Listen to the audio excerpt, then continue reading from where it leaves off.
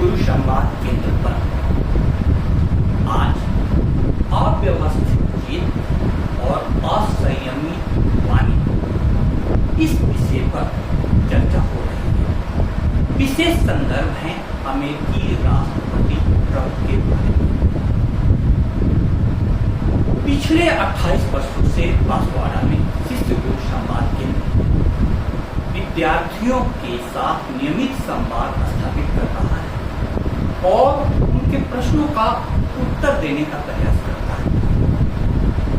आज की चर्चा में श्री गोविंद गुरु राजकीय स्नातकोत्तर महाविद्यालय दर्शन शास्त्र की प्रोफेसर डॉक्टर अंजना रानी जी भी उपस्थित हैं। सबसे पहले विद्यार्थियों को एक पुस्तक में दिखाना चाहूंगा, शिक्षा में क्रांति। ओशो की बहुत प्रसिद्ध पुस्तक है। इस पुस्तक का दर्शन मैंने इसलिए कराया कि विश्व में सारी क्रांतियां होती हैं लेकिन शैक्षिक क्रांति नहीं। इसलिए अब यह बात प्रमुखता से उठाई जा रही है कि जब तक शिक्षा में क्रांति नहीं होती और व्यक्तित्व का सम्यक निर्माण नहीं होता, तब तक कोई भी परिवर्तन अस्थायी नहीं हो सकता।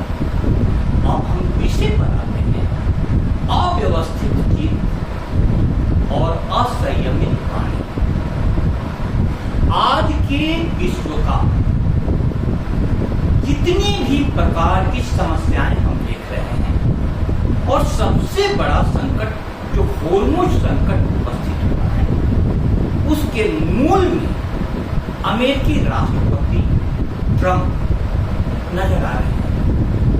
और अमेरिकी राष्ट्रपति ट्रंप का यदि मनोवैज्ञानिक विश्लेषण किया जाए तो अव्यवस्थित चित्त और असंयमित वाणी के ये सबसे सटीक उदाहरण बैठते हैं।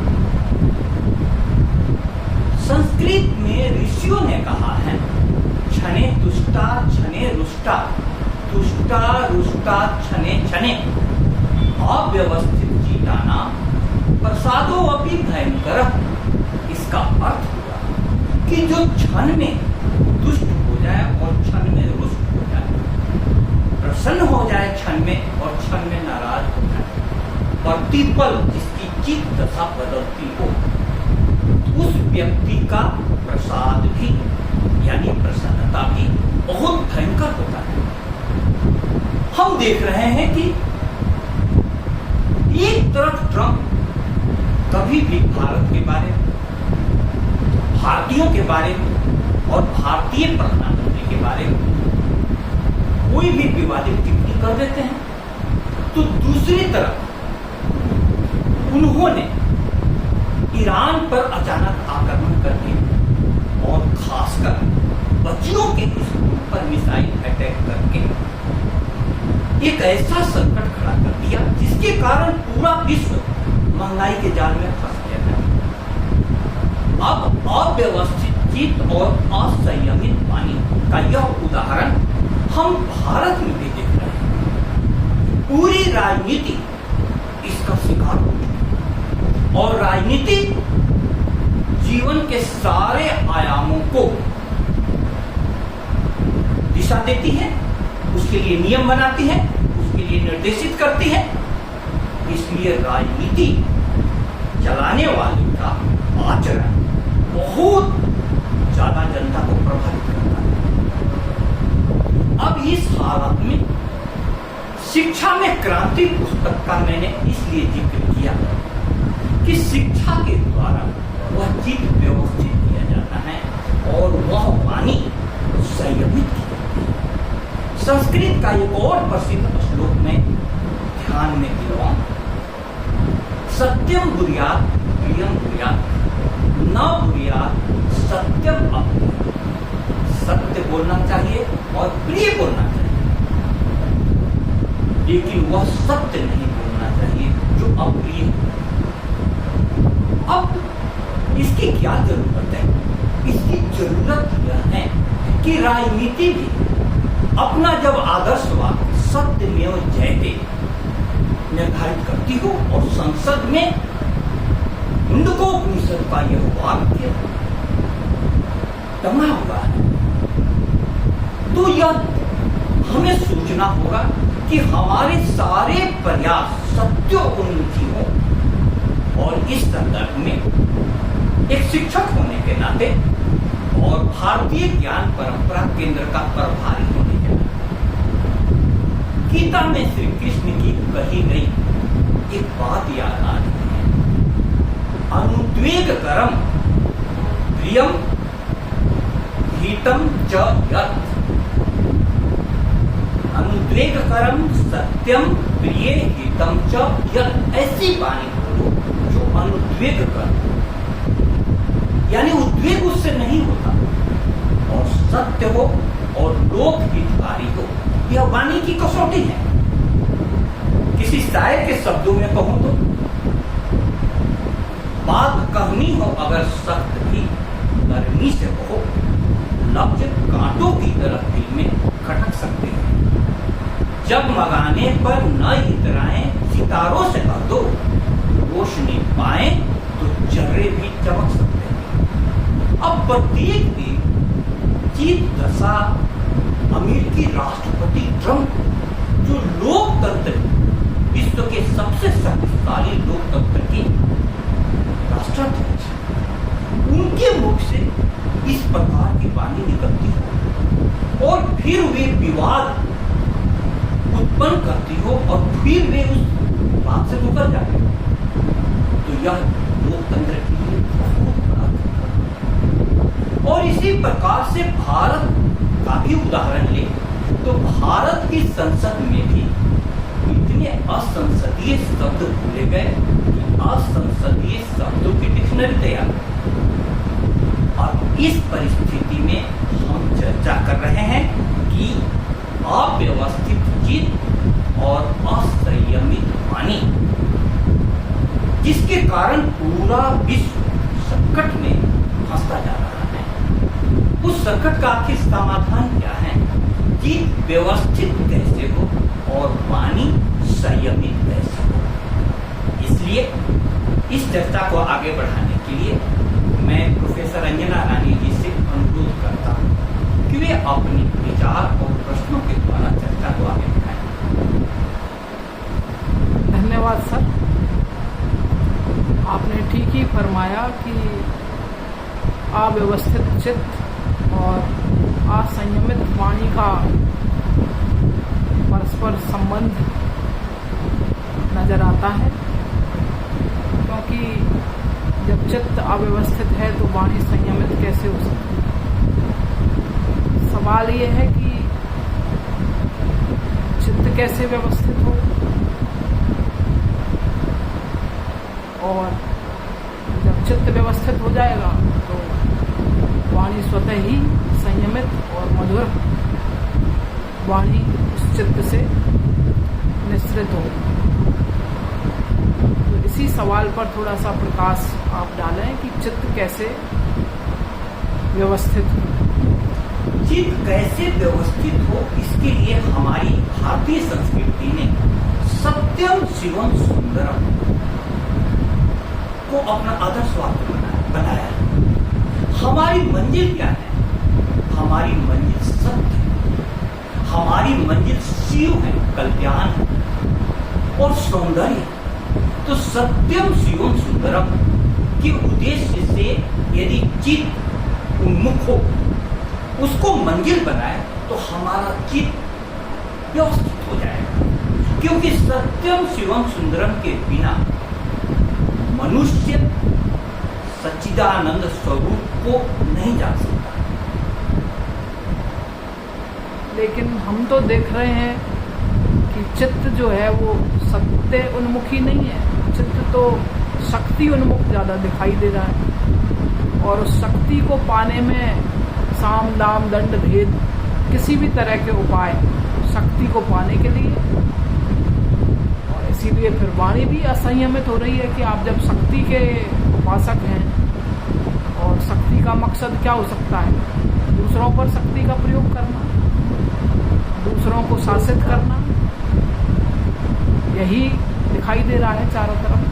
शक्ति की आराधना हमारी संस्कृति ने की है, लेकिन उसके साथ शिव को मिला दिया। फिर से मैं कहना चाह रहा हूं कि शक्ति तो जीवन के लिए बहुत काम का है। शक्ति के बिना व्यक्ति कोई भी कार्य संपादित ही नहीं कर सकता। लेकिन उस शक्ति की मंजिल क्या है? शिव है, कल्याण है। उस शक्ति के द्वारा विनाश भी हो सकता है। एक उदाहरण से हम लोग समझ सकते हैं, एटम बम का निर्माण किस लिए किया गया था? वैज्ञानिकों ने एटम की शक्ति को जानकर परमाणु बम बनाया और उस परमाणु बम के लिए उनका जो लक्ष्य था उसके द्वारा बहुत बड़ी शक्ति को जेनरेट करना। लेकिन उस शक्ति का उपयोग हमने क्या किया? अशिव उपयोग नहीं किया। इसलिए घटित क्या हुआ?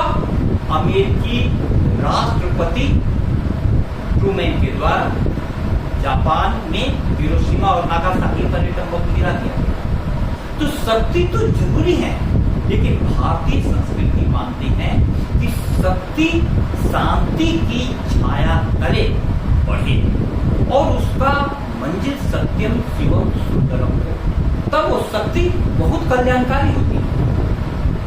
आपने सर अमेरिकी राष्ट्रपति ट्रंप के संदर्भ में इस चर्चा को रखा है, तो अमेरिकी राष्ट्रपति तो चाहते हैं कि शक्ति केवल और केवल अमेरिका के पास हो और दूसरे बिल्कुल शक्तिहीन रहें। तो ऐसी स्थिति में ही सारी असंयमित वाणी और दूसरे समस्याएं पैदा हो रही हैं। तो कैसे संतुलन बने, विश्व में शक्ति का संतुलन कैसे बने? सबसे बड़ी बात है, भारतीय संस्कृति का पहला विषय दर्शन बहुत महत्व का हो गया। हमारी दृष्टि असम्यक हो गई। आपने सही कहा। उन्होंने, ट्रंप ने नारा दिया मेक अमेरिका ग्रेट अगेन। अब मेक अमेरिका ग्रेट अगेन के लिए वे जो जिस प्रकार की भाषा का प्रयोग कर रहे हैं और जो कृत्य कर रहे हैं, इसके कारण ऐसा लगता है कि पूरे विश्व में एक विश्व युद्ध का संकट खड़ा हो गया। तो हमें यह सोचना होगा कि दृष्टि सम्यक हो, और दृष्टि सम्यक होने का उदाहरण कैसे मैं समझाऊं, खासकर विद्यार्थियों के लिए। वसुधैव कुटुंबकम की भावना हो, पूरा विश्व जुड़ा हुआ है। इसको हम अभी रियलाइज कर सकते हैं। हॉर्मोन संकट के कारण विश्व के सभी देशों में महंगाई बढ़ गई। तो वसुधैव कुटुंबकम की भावना हो और संवाद की संभावना हो, चर अचर सब जगत से। तो हम लोग तो समग्रता में सोचते हैं। तो जब तक यह दृष्टि नहीं होगी तब तक विवाद होगा, और यदि ये दृष्टि होगी, वसुधैव कुटुंबकम की भावना होगी और चर अचर जगत सबसे संवाद की संभावना तलाशी जाएगी।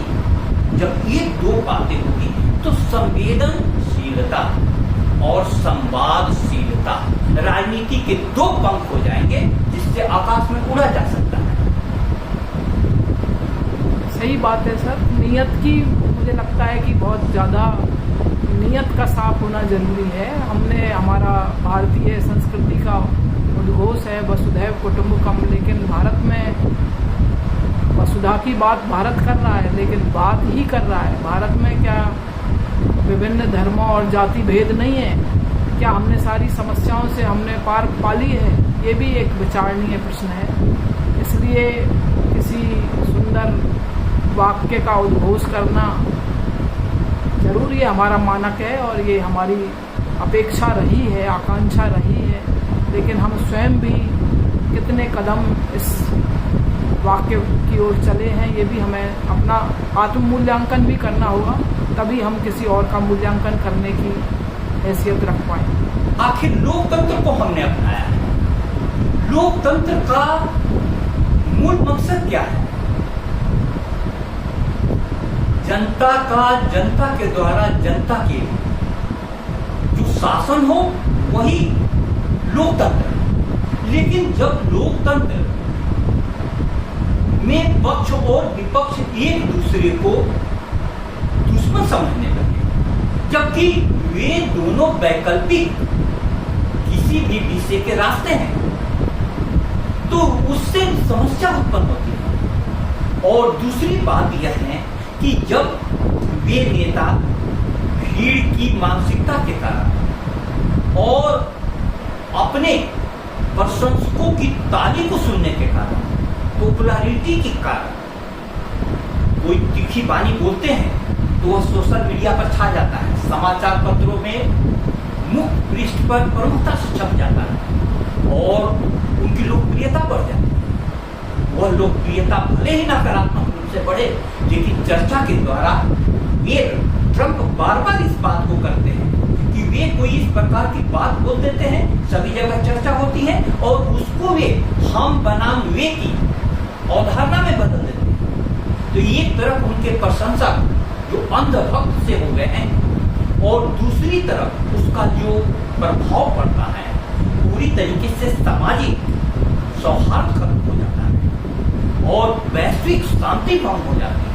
तो लोकतंत्र व्यवस्था को जो हमने अपनाया है, तो लोकतांत्रिक मूल्यों को तरजीह तो देना ही होगा।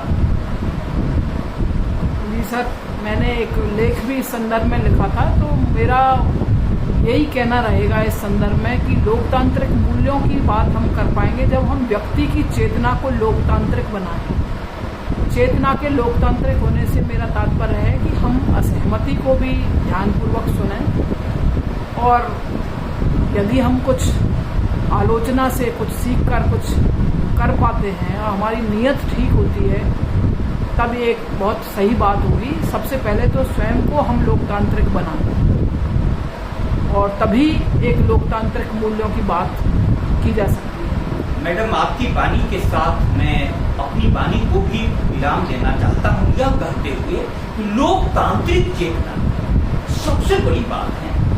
लोकतांत्रिक चेतना का मूल आधार वाक्य क्या है? वॉल्टेयर का एक कथन है, मैं आपके विचारों से सहमत नहीं हूँ, फिर भी आपके विचार को प्रकट करने का मैं स्वागत करूंगा। और एक पक्ष जब अपना विचार प्रकट करता है तो दूसरे पक्ष को उस पर अपना विचार रखने की जगह मिल जाती है और इस प्रकार से वाद विवाद से संवाद की मंजिल तक हम पहुंचते हैं। लोकतांत्रिक चेतना का मतलब यही है। उस लोकतांत्रिक चेतना का जब तक निर्माण नहीं किया जाएगा तब तक अव्यवस्थित चित्त और असंयमित वाणी पर नियंत्रण नहीं पाया जा सकता है। बहुत बहुत धन्यवाद। इस चर्चा में आप सभी ने भाग लिया।